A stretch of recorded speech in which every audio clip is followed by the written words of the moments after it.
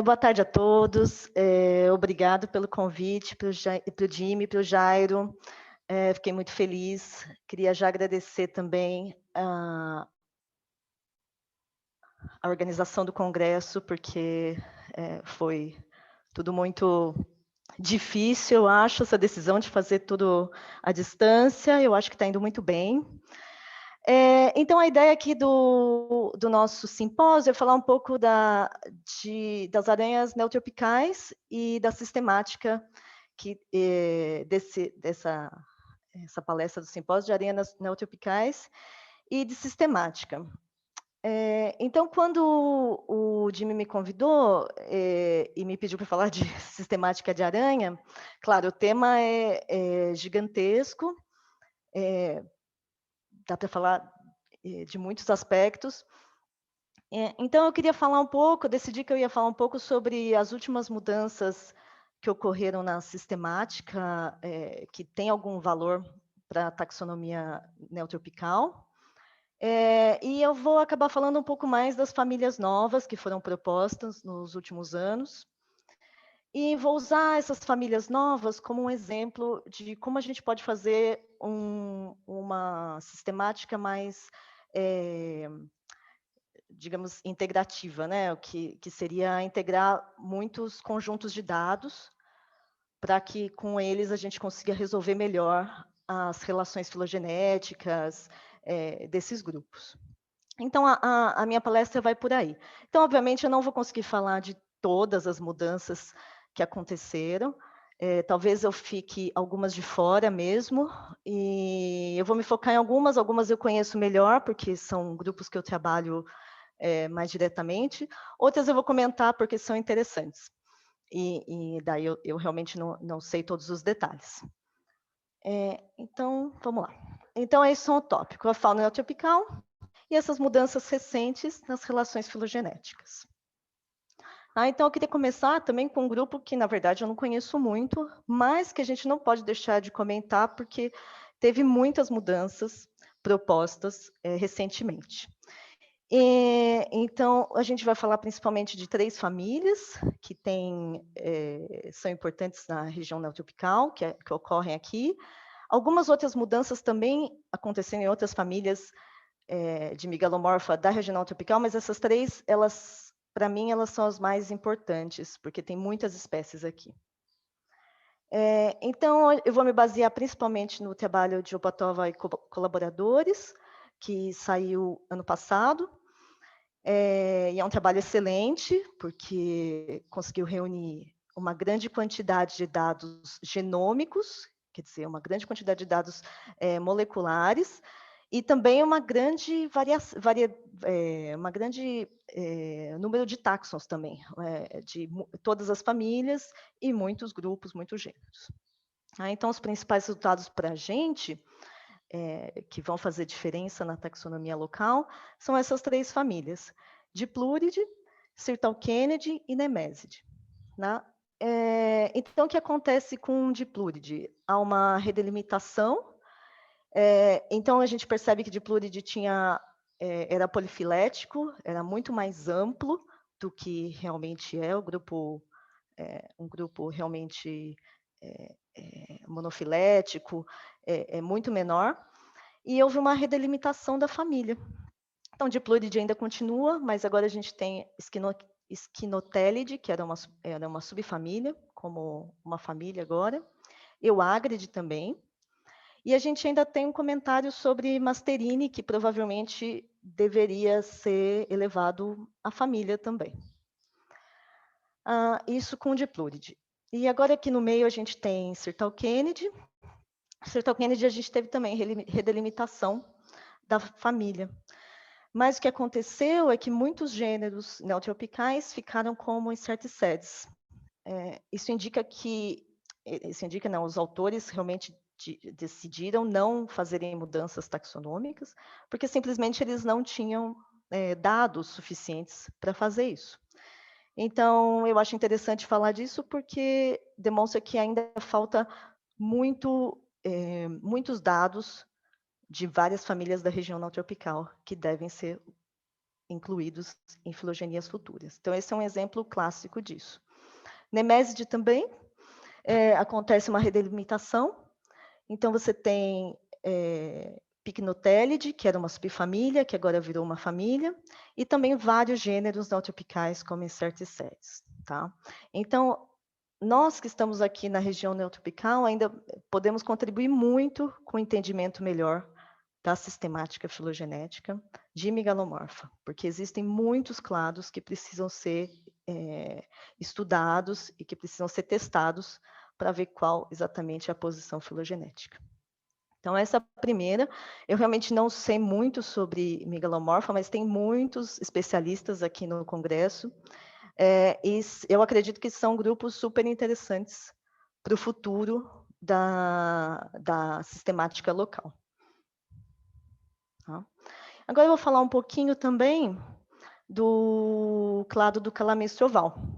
Então, esse clado eu já conheço um pouco melhor. Eu trabalhei com a filogenia, eu propus uma filogenia, uma hipótese filogenética desse grupo. E eu queria falar principalmente de Tengélide, de Zoropside e de Tomíside, tá? Porque Tengélide, a gente vai ver que não existe mais, mas é um grupo que tinha muitas espécies aqui na região neotropical. Zoropside, a gente vai ver que é novo aqui na região. E Tomíside também eu acho que é sempre interessante relembrar que ele mudou bastante a posição filogenética. Então, só para a gente falar um pouquinho sobre esse grupo, que é um grupo diferente de Megalomorpha, que todo mundo conhece, esse clado já pode ser um pouco mais difícil de conhecer, mas esse clado ele inclui grupos também bastante conhecidos, como Licóside, como Pisauride, Quitênide. Então, são famílias que são muito diversas aqui na região neotropical, e todo mundo conhece, todo mundo deve ter coletado ou visto em alguma coleção. Então, esse clado, ele inclui também umas outras famílias um pouco menos conhecidas aqui na região. E daí que a gente vai falar delas, de Tengélide e Zoropside, principalmente, tá? E esse clado, ele é suportado por duas sinapomorfias. Elas não ocorrem em todas as espécies, tá? Mas elas suportam o clado, essas sinapomorfias. Tá? Então, primeiro é um cribelo, que é composto de um tufo de pelos, tá? Que é diferente da maioria dos cribelos, que é uma fileira, né, de pelos modificados, esses estão em tufo. E também é chamado meio tibial crack, tá? Que é uma região que as aranhas fazem autofagia, então elas podem perder essa região das pernas, e tem todo um mecanismo para fechar a perda de hemolinfa, e também é uma sinapomorfia desse clado. Tá? Então, vou me basear em dois trabalhos para falar um pouco dos resultados. Um é um trabalho que eu fiz, que foi publicado em 2015, tá? Que usei evidência total, né? Quer dizer, usei dados moleculares de marcadores Sanger e dados morfológicos também. E depois eu vou falar desse outro trabalho que eu participei também, que é o The Spider Tree of Life, que teve resultados similares com o que eu obtive. Tá? E esse foi um trabalho muito mais amplo. Então, a gente tem 3 grupos que são de interesse, que são pouco conhecidos, nem todos são comuns. Tá? Zoropside, que está no meio, ele sempre foi relacionado com Quitênide e com outros grupos de Lycozoidea. Então, esse a gente sabia mais ou menos a posição filogenética dessa família. Tengélide tem uma grande diversidade na América do Norte, mas também tem uma certa diversidade na América Central, então ele é importante para a gente aqui na região neotropical. E Zorocratide, ele não é importante para a gente, mas como depois eu vou explicar que eles agora são todos a mesma coisa. O Zorocratide, a maior parte da diversidade está na África, e em outros continentes não tem diversidade aqui. Então, eles eram 3 famílias separadas até 2015. E o que aconteceu, a gente achava que essa era a relação que eles tinham, Tengélide, Zorocratide e Zoropside formando um clado, talvez, ou de certa forma relacionado com os demais licosóides, que são licóside, quitênide e pisálide, tá? Então, o que a gente descobriu quando a gente fez a filogenia, usando dados morfológicos e moleculares, é que, na verdade, as três espécies tipos da família, elas caíam juntas no mesmo clado. Então, elas estão aqui com as flechinhas apontando. Então, a solução que a gente teve, nenhuma delas tinha umas sinapomorfias muito claras. Então, a solução que a gente teve foi ao contrário. Em vez de separar essas famílias, como aconteceu em Megalomorpha, a gente uniu elas em uma família só, que é a mais antiga, que ficou com o nome de Zoropside. Então, além de descrições recentes de alguns gêneros para a região neotropical, agora a gente tem Zoropside mais amplo, que também aparece aqui. Tá? Então, a gente tem alguns grupos descritos e tem Gela também, que está aqui na região neotropical. Então, esse resultado foi interessante e tudo isso aparece como um grupo irmão, aqui, do chamado clado licozoide. Tá? E esse grupo é um pouco mais conhecido, que são os licósides, quitênide, oxiópide. E depois, no trabalho seguinte, que esse foi bem mais amplo, muito mais táxons, a gente teve um resultado até que similar, onde a gente não consegue separar de novo as famílias, elas estão aqui juntas também. As três espécies tipo das três famílias estão juntas, e a gente vê que tem outros grupos, talvez, mas a gente também não foi possível separar eles em famílias independentes, acabou ficando todos como Zoropside. Tá? Então, esse é um grupo muito interessante para se trabalhar, porque falta muito dado, é uma família grande, principalmente na Austrália, não tanto aqui, mas é um grupo também interessante para se trabalhar e para se estudar no futuro. Tá? Acho que vale mencionar Tomizide, não é uma mudança taxonômica da família, a família é monofilética, continua bem parecido, mas por muito tempo Tomizide foi considerado um dionica, eu acho que isso ainda está muito forte assim, na cabeça das pessoas, mas na verdade o que a gente descobriu é que Tomizide também está nesse clado do Calamystre oval, também está nesse clado próximo dos licosóides, tá? E isso veio já desde 1971, onde foi sugerido que, com base na conformação da estrutura dos olhos, que tem um exemplo disso, que tem essa forma de grelha, que eles poderiam estar relacionados com os demais licosóides. Então, esse também foi um resultado interessante dos últimos anos. Aqui já está a filogenia demonstrando a relação. Nessa filogenia, ele aparece como um grupo irmão de Psecrid, nem sempre aparece assim, mas aqui está como esse resultado, e ainda próximo, no mesmo clado de licose, de Pisálide, de Oxiópide e Quitênide, tá? Então, isso foi bem interessante, essa mudança, e entender a evolução dos caracteres nesses clados pode ser bem interessante também no futuro. Como menção honrosa, vou falar um pouquinho só rápido de Ancilometes. Quem viu a apresentação do Nicolas Haase de manhã, ele também falou um pouco sobre Ancilometes, que realmente é um gênero que é um problema, atualmente está em Quitênide, mas é provável que ele precisa ser levado a uma família só de Ancilometes mesmo, pelo conjunto de caracteres que ele tem, que o gênero tem, e por onde ele aparece na filogenia. Tá? Então, isso aí também é um trabalho interessante para o futuro. Tá? Falar de Dionica também é um grupo gigantesco, eu não sou especialista, o Martim Ramírez está aí, é o especialista, ele que realmente sabe tudo de Dionica, e eu vou falar bastante dos resultados dele mesmo.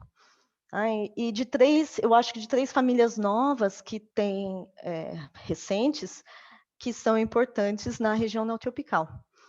Então, elas são Trachelidae, Queracantide e Xenoquitênide. Tá? Então, estão baseados nesse trabalho, os resultados. E o que a gente vê aqui é que, na verdade, o que eu queria falar mesmo dessas famílias é que, na verdade, todas elas já tinham uma hipótese que eram famílias independentes já há muito tempo. Trachelidae estava em corínide, mas já se sabia que não era um corínide, ou pelo menos que não era tão semelhante a corínide, já sabia que deveria ser uma família independente. que era Cândida a mesma coisa. Já há muitos anos havia uma hipótese que era provável uma família, que deveria ser uma família só para esse grupo. Então, essas duas elas foram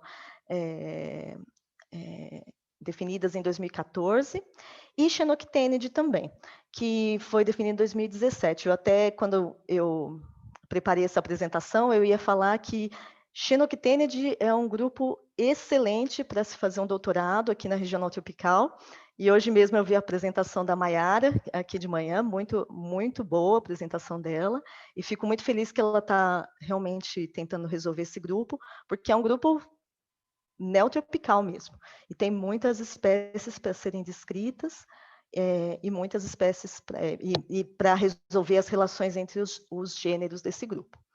Então, esses três, na verdade, a gente já tinha uma hipótese que eles tinham, que eles poderiam ser famílias, mas o que faltava mesmo é um estudo da fauna local, e isso ainda a gente vê que falta na região neotropical.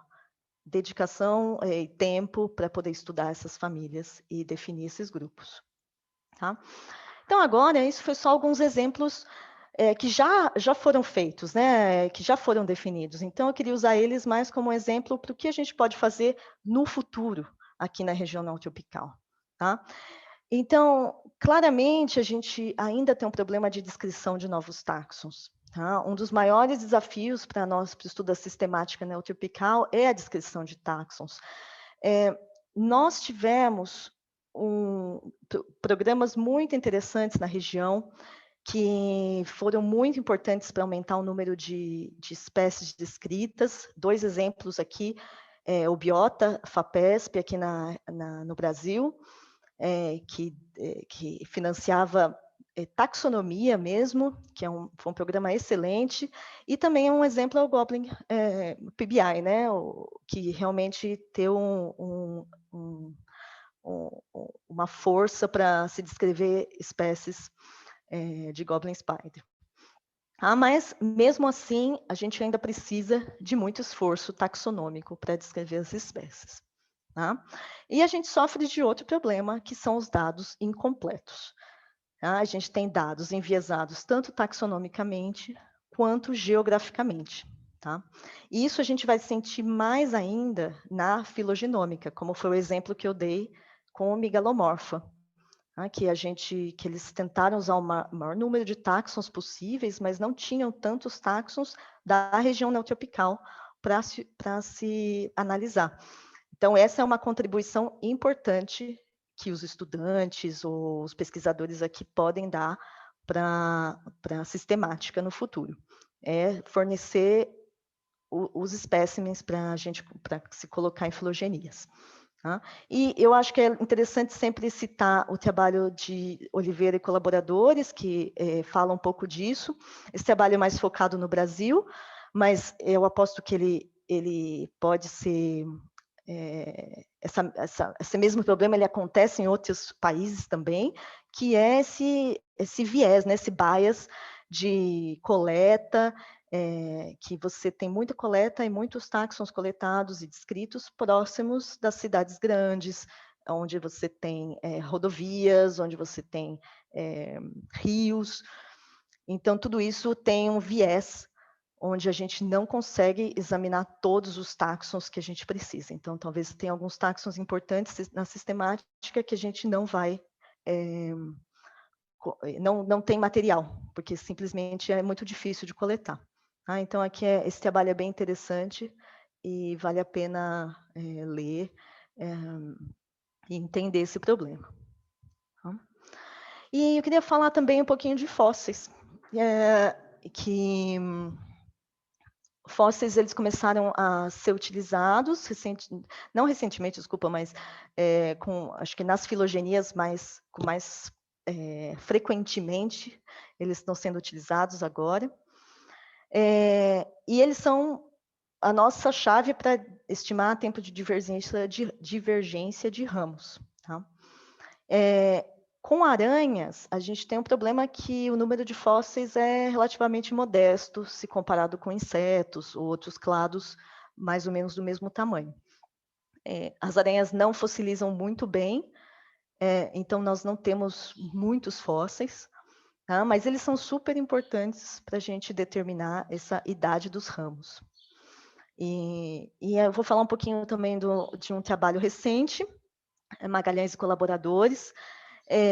Esse trabalho é excelente, é um trabalho de revisão de todos os fósseis da literatura, e eles revisaram e viram que, na verdade, a gente não tem tantos fósseis confiáveis assim para ser utilizados para datar a filogenia, e que talvez a gente, em algumas filogenias, os fósseis estão sendo utilizados com determinações errôneas, o que vai causar problema na calibração dos ramos. Então, aqui eles fazem uma lista dos fósseis que eles acham que podem ser utilizados. E o que a gente percebe é que muitos clados não têm fósseis nenhum. Então, isso também é uma contribuição que a gente pode dar, principalmente quem trabalha na região da América Central, que você tem uma região com fósseis mais antigos. Aqui na região do Brasil, por exemplo, a gente quase não tem fósseis antigos, mas é uma contribuição interessante que pode ser dada pelos pesquisadores da região neotropical, que é a descrição de fósseis, e tentar descrever fósseis com características modernas, né? Tentando descrever os caracteres morfológicos usados para determinar as famílias que a gente tem hoje. Tá? Então, esse é um trabalho muito legal que vale a pena também estudar. E daí, por último, eu queria falar também do renascimento da morfologia nos últimos anos, que para mim eu acho excelente, porque eu sempre tento usar a morfologia nos meus trabalhos. Então, principalmente, a gente vai ver, a gente está vendo hoje um renascimento de Evodevo, né? E vai ter até um simpósio que eu acho que vai ser muito bom aqui no Congresso sobre isso. Novas tecnologias. Perdão, vamos por los 20, queda como quedamos, que te avisava, mais ou menos. Último. Estou terminando, obrigada. A gente tem novas tecnologias, como o micro-CT também, que estão chegando aqui na região neotropical, vários institutos comprando micro-CT, então vai ficar mais fácil utilizar micro-CT aqui na região neotropical. E também ontologia e bancos de dados públicos, tá? Como o Morphibank e o Morphobank. Então, tudo isso vai ser o caminho para a taxonomia e sistemática da região neotropical no futuro. Tá? Então, é isso aqui, a minha apresentação. Queria agradecer a todos, agradecer à FAPESP e ao UFSCar também. E muito obrigado, e espero que vocês tenham gostado.